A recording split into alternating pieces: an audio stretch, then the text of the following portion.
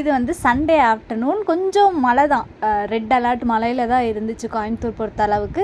சரி ஈஷா நர்சரி வந்து போகலாம் அப்படின்னு சொல்லி பிளான் பண்ணியிருந்தேன். பட் மழையாக இருக்கே எப்படி போகிறது அப்படின்ற மாதிரி இருந்துச்சு. வீட்டில் இருக்கும் கொஞ்சம் ஸ்ட்ரெஸ்ஸாக இருந்தது, போயிட்டு வரலாங்கிற மாதிரி இருந்தது. கொஞ்சம் லாங்குங்கிறனால சரி பரவாயில்ல, ரெயினாக இருந்தாலும் பரவாயில்ல, நம்ம காரில் தானே போகிறோம் அப்படின்னு சொல்லிட்டு நான் கிளம்பிட்டேன். போக போக கொஞ்சம் மழை இருந்தது, அப்புறம் ரொம்ப ஜாஸ்தியாக மழை வந்து ரொம்ப பெய்ய ஆரம்பிச்சிருச்சு.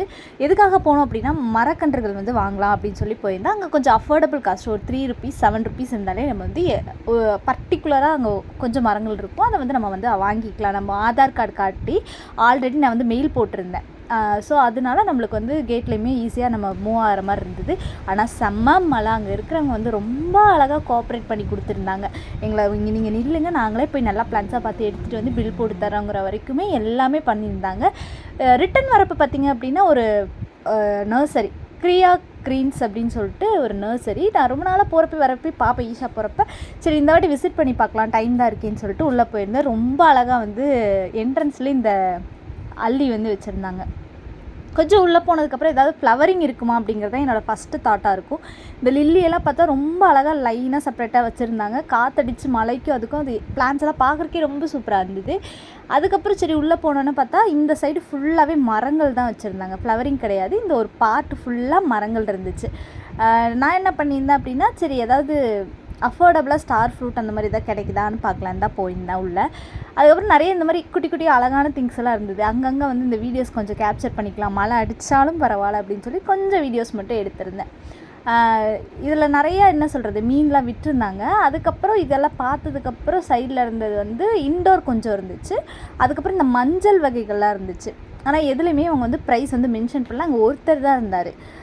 முன்னாடி வந்து பார்த்திங்க அப்படின்னா ஒரு டீ ஷாப் மாதிரி இருந்தது. அதுக்கப்புறம் அந்த டீ ஷாப் ஒட்டினாப்புல இந்த நர்சரி ரெண்டுமே அவங்க கைட் பண்ணுறதுனால இதை வந்து யாருமே பார்க்குறக்கு ஆள் இல்லாமல் இருந்துச்சு. சரி நம்ம சுற்றி பார்க்கலாம் அப்படின்னு சொல்லி சுற்றி பார்த்துருந்தேன். இது வந்து இந்த நோனி பழம் அப்படின்னு சொல்லுவாங்க. இதை சாப்பிட்டு வந்தோம் அப்படின்னா அல்சருக்கு ரொம்ப நல்லது. ஸ்டொமக்கில் இருக்க பாதி ப்ராப்ளமே இந்த பிளான்ட் வந்து க்யூர் பண்ணி கொடுத்துரும். சரி அஃபோர்டபுள் ப்ரைஸில் இருக்கா அப்படின்னு பார்த்தா அது அஃபோர்டபுளாக இல்லை, 700 போட்டிருந்தது.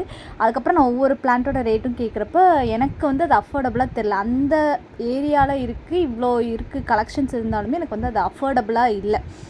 ஒரு 200 அந்த மாதிரி இருந்தால் ஓகேவாக இருந்திருக்கும். ஆனால் ரொம்ப ப்ரைஸ் ஜாஸ்தியாக இருந்தனால நான் வந்து எல்லாத்தையும் சும்மா சுற்றி பார்க்கலாங்கிற மைண்ட் செட் எனக்கு ஃபஸ்ட்டே வந்துடுச்சு. ஏன்னா அவ்வளோ கலெக்ஷன்ஸும் இருக்க மாதிரி எனக்கு தெரில. ஃப்ளவரிங்கில் பார்த்தப்போ எதுவும் தெரியல. நான் சும்மா பார்க்கலாம் இந்த பக்கம் வந்திருக்குமே அப்படின்னு சொல்லி தான் நான் விசிட் பண்ணியிருந்தேன்.